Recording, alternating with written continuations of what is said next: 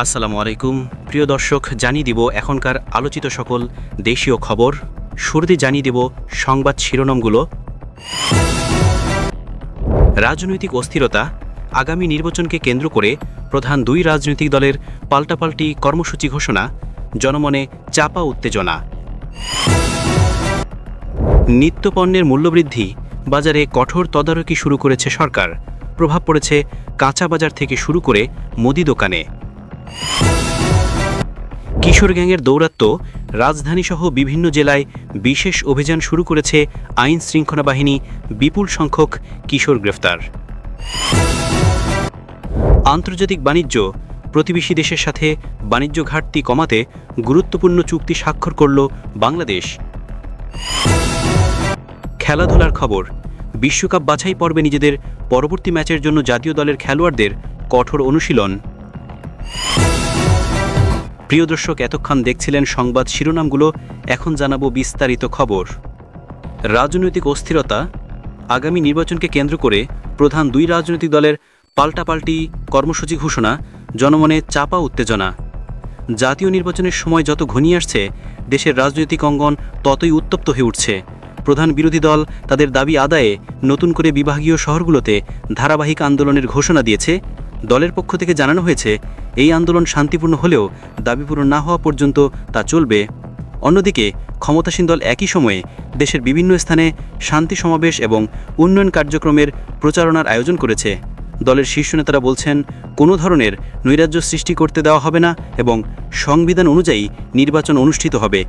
এই পাল্টাপাল্টি কর্মসূচির কারণে দেশের সাধারণ মানুষের মধ্যে এক ধরনের চাপা উত্তেজনা বিরাজ করছে। রাজনৈতিক পর্যবেক্ষকরা মনে করছেন, দুই পক্ষের অবস্থান কঠোর হওয়ায় আগামী দিনগুলোতে রাজপথে সংঘাতের আশঙ্কা রয়েছে।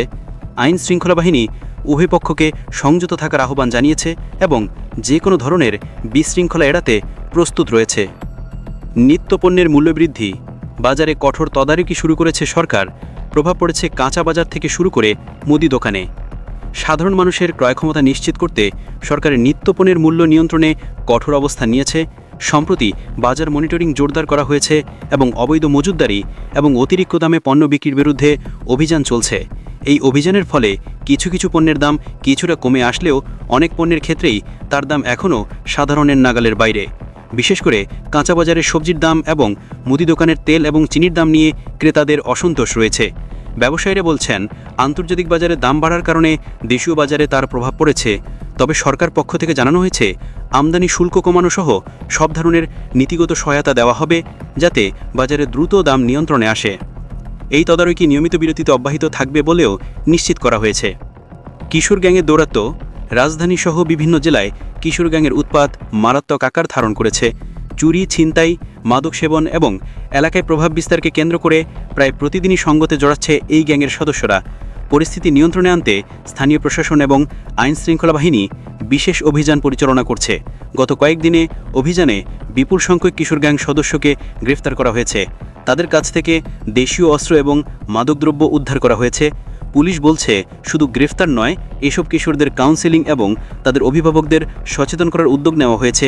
সামাজিক এই অপরাধ দমনে সমাজের সর্বস্তরের সহযোগিতা প্রয়োজন বলেও প্রশাসনের পক্ষ থেকে জানানো হয়েছে। শিক্ষা প্রতিষ্ঠান এবং স্থানীয় জনপ্রতিনিধিদেরও এই বিষয়ে সতর্ক থাকার নির্দেশ দেওয়া হয়েছে।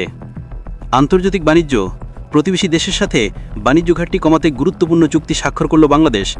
দীর্ঘদিনের বাণিজ্য ঘাটতি নিয়ে আলোচনার পর অবশেষে প্রতিবেশী দেশের সাথে একটি গুরুত্বপূর্ণ দ্বিপাক্ষিক বাণিজ্য চুক্তি স্বাক্ষর করেছে বাংলাদেশ। এই চুক্তির মূল লক্ষ্য হল বাংলাদেশে পণ্য রপ্তানি বৃদ্ধি করা এবং শুল্ক বাধাগুলো দূর করা। চুক্তির ফলে এখন থেকে বেশ কিছু বাংলাদেশি পণ্য শুল্কমুক্ত সুবিধায় প্রতিবেশী দেশে প্রবেশ করতে পারবে, যা দেশের অর্থনীতিতে ইতিবাচক প্রভাব ফেলবে বলে আশা করা হচ্ছে। সরকারের বাণিজ্য মন্ত্রণালয় জানিয়েছে, এটি একটি ঐতিহাসিক পদক্ষেপ যা দুই দেশের অর্থনৈতিক সম্পর্ককে আরও সুদৃঢ় করবে। একই সাথে স্থানীয় উৎপাদকরা তাদের পণ্যের জন্য একটি বড় বাজার পাওয়ায় উৎসাহিত হবেন। বিশেষজ্ঞদের মতে, এই চুক্তি বাস্তবায়িত হলে কয়েক বছরের মধ্যে বাণিজ্য ঘাটতি উল্লেখযোগ্যভাবে কমে আসবে। খেলাধুলার খবর, বিশ্বকাপ বাছাই পর্বের গুরুত্বপূর্ণ ম্যাচের জন্য বাংলাদেশ জাতীয় ফুটবল দল এখন পুরোদমে অনুশীলন করছে। প্রধান কোচ খেলোয়াড়দের ফিটনেস এবং কৌশলগত দিকগুলো নিয়ে নিবিড়ভাবে কাজ করছেন। দলের মনোবল এখন বেশ দৃঢ়। খেলোয়াড়রা জয়ের ব্যাপারে আশাবাদী। ইনজুরি কাটিয়ে দলে ফিরেছেন কয়েকজন গুরুত্বপূর্ণ খেলোয়াড়। দলের পক্ষ থেকে জানানো হয়েছে তারা প্রতিপক্ষকে সমীহ করলেও ঘরের মাঠে খেলার সুবিধা কাজে লাগিয়ে ভালো ফল অর্জন করাই তাদের লক্ষ্য। ভক্ত এবং সমর্থকরাও এই প্রস্তুতিতে উচ্ছ্বসিত এবং তারা ম্যাচের দিন স্টেডিয়ামে উপস্থিত থেকে দলকে সমর্থন জানাতে প্রস্তুত রয়েছেন। প্রিয় দর্শক, এই ছিল এখনকার গুরুত্বপূর্ণ নিউজ। আরও গুরুত্বপূর্ণ নিউজ নিয়ে ফিরছি কিছুক্ষণের মধ্যে। নিউজগুলো সবার আগে দেখার জন্য এই চ্যানেলটি সাবস্ক্রাইব করে আমাদের সাথে থাকুন। ধন্যবাদ।